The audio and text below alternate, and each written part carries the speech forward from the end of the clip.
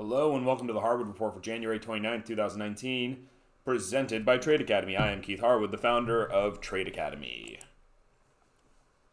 Before we get to the next stuff here, let's go through the normal disclosures. All services and content are provided for educational and information purposes only and are not intended as legal or financial advice. Let me give you a moment to skim through the rest of that, and then we'll get into charts.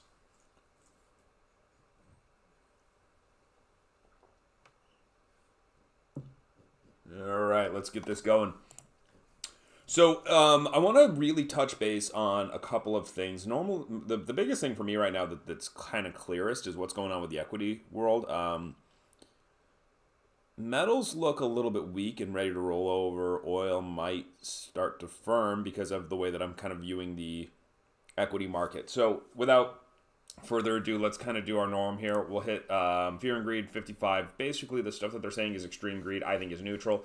You just look at where it is historically. This is kind of in the middle of where we were at the second half of 2018, right where we were in the second half of 2018, right where we were in the second half of 2018. So those aren't actually greedy, but these things that they're saying are extreme fear, I think, are fearful, but not necessarily extreme. This is garbage. Nobody cares. This matters.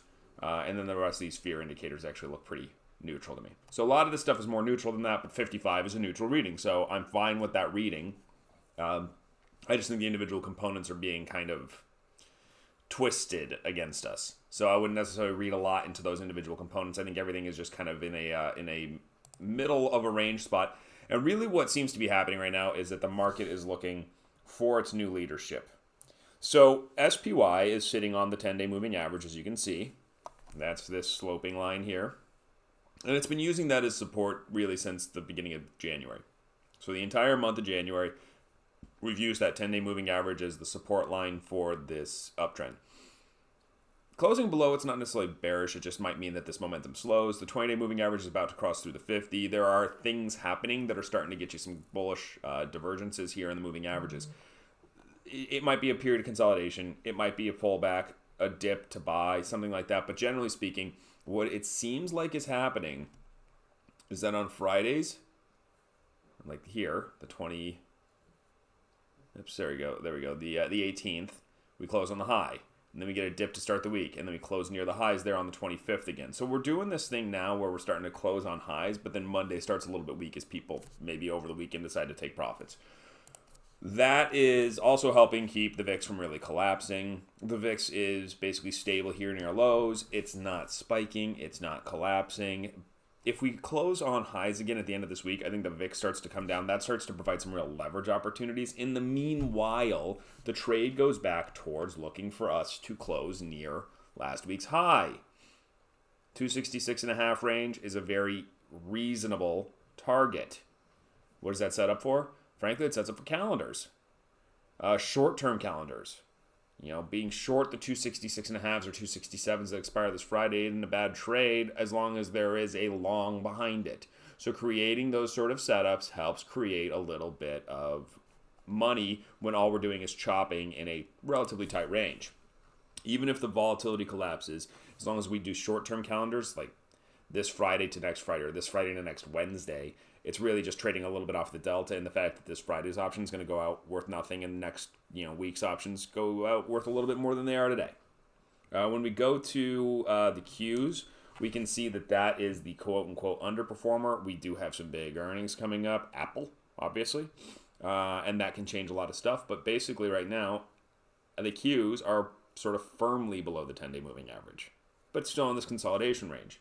While the semis, which are supposed to be a leading indicator of tech, look pretty good, but maybe found some rejection finally at the 100-day moving average. So they're looking better than the Qs, but not necessarily bullish today.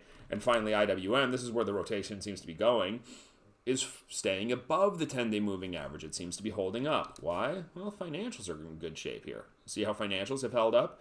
Financials are a major component of those small caps. It seems like the market is starting to price in the potential that financials and some of these other sectors are going to be doing better on earnings relative to the tech names that may have gotten hurt a little bit by this China trade tension. Of course, if that gets resolved, tech money flow comes back in spades. So I think a lot of people right now are pricing in this potential that earnings in tech will look a little bit weak because of the China stuff. But also at the same time, as long as that gets resolved, they get to recover afterwards. So financials and things had relatively good earnings, and then they get to continue that if everything gets resolved with China. Tech got hit a little bit, but then comes back. That's the way I'm kind of approaching this. Makes me a little bit more bullish in the IWM because it's a little bit easier to stay along the sector that looks like it wants to continue to attract money flow. The algorithms pick up on this. They look for relative strength and allocate more money to them. So it looks like they want to do that with IWM. Okay, so after that's done, we're looking for what's happening in the bonds. Well, bonds right now is not that clear to me. It's kind of in this weird chop zone.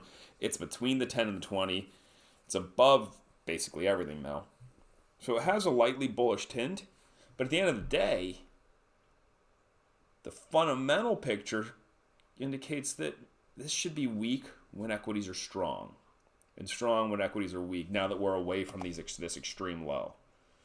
So if equities continue to firm, I think you're going to see some selling pressure in bonds, but not necessarily all the way back down to 114.